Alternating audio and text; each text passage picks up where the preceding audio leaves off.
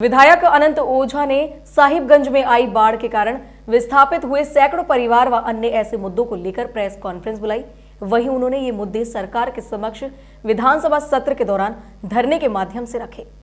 Monsoon सत्र के माध्यम से राजमहल विधानसभा क्षेत्र के जो जनहित के मुद्दे हैं, उन जनहित के मुद्दों को विधानसभा के प्रश्न के विभिन्न आयामों के माध्यम से हमने आवाज़ देने का काम किया। चाहे वो साहिबगंज के बाढ़ग्रस्त क्षेत्रों में प्राकृतिक आपदा को लेकर के फसलों की हुई क्षति के बारे में हो, किसानों की हुई क्षति के बारे में हो, जान माल की क्षति के बारे में हो, चाहे गंगा कटाव के विषय को लेकर के हो, इसी प्रकार से जो साहिबगंज से राजमहल मुख्य मार्ग है उस सड़क के बारे में, साहिबगंज से बोरियो बरहेट लिट्टीपाड़ा एडीबी सड़क का जर्जर जो हाल है उस सड़क के विषय को लेकर के हो, साहिबगंज में लॉ कॉलेज स्थापित हो, मॉडल डिग्री कॉलेज राजमहल में जो पिछले बार हमने काफ़ी संघर्ष करके और मॉडल डिग्री कॉलेज बनाने का काम किया था, उसमें शीघ्र पढ़ाई करने का चालू करने का मामला हो। इस प्रकार से चाहे वो साहिबगंज के बिजली व्यवस्था जो बदतर बिजली व्यवस्था हो गई थी,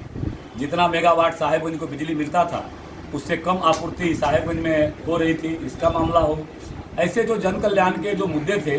उसको विधानसभा के विभिन्न आयामों के माध्यम से हमने उठाने का काम किया। यहाँ के जो राज्य के जो अनुबंध कर्मी हमारे हैं, जो विभिन्न विभागों में अनुबंध कर्मी काम कर रहे हैं, उनका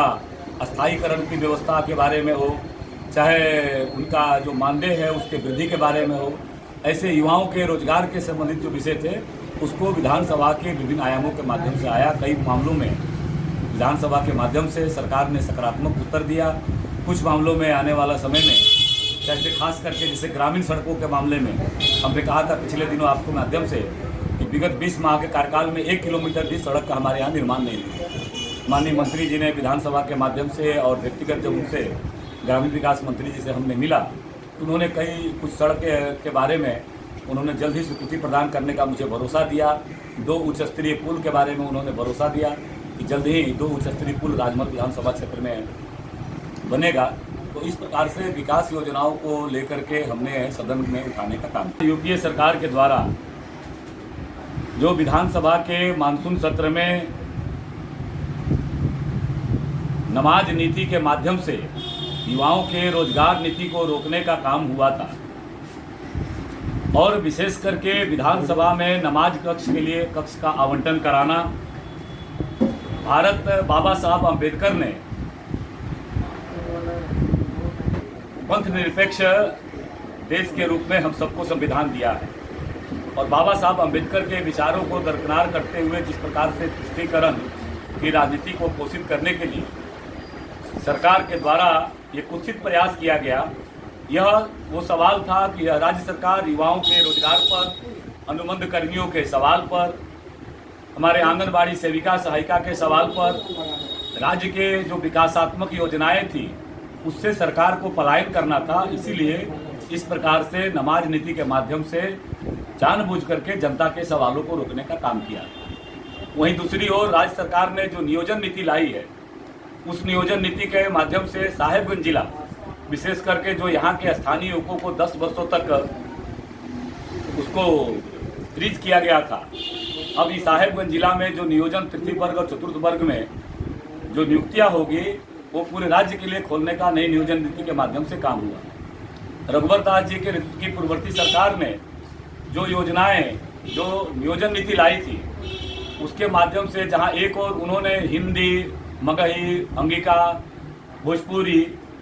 मैथिली जैसे क्षेत्रीय भाषाओं को भी उसमें शामिल किया था, वहीं दूसरी ओर वर्तमान हेमंत सोरेन जी के नेतृत्व की सरकार ने उन्होंने योजनाबद्ध तरीके से उर्दू को प्राथमिकता में रखा, जबकि हिंदी को मुख्य भाषा में और हिंदी, मैथिली, अंगिका, भोजपुरी ऐसे जो क्षेत्रीय भाषाएं थी उसको दरकिनार करके और उर्दू को प्राथमिकता दे करके यहाँ के युवाओं को रोजगार पर रोकने की दिशा में काम किया। हम सब इसका विरोध करते हैं और विधानसभा के अंदर जब हमने कार्यस्थगन के माध्यम से सरकार से सवाल पूछा कि आप इस पर चर्चा कराइए, नियोजन नीति पर चर्चा कराइए, अनुबंध कर्मियों के सवालों पर चर्चा कराइए,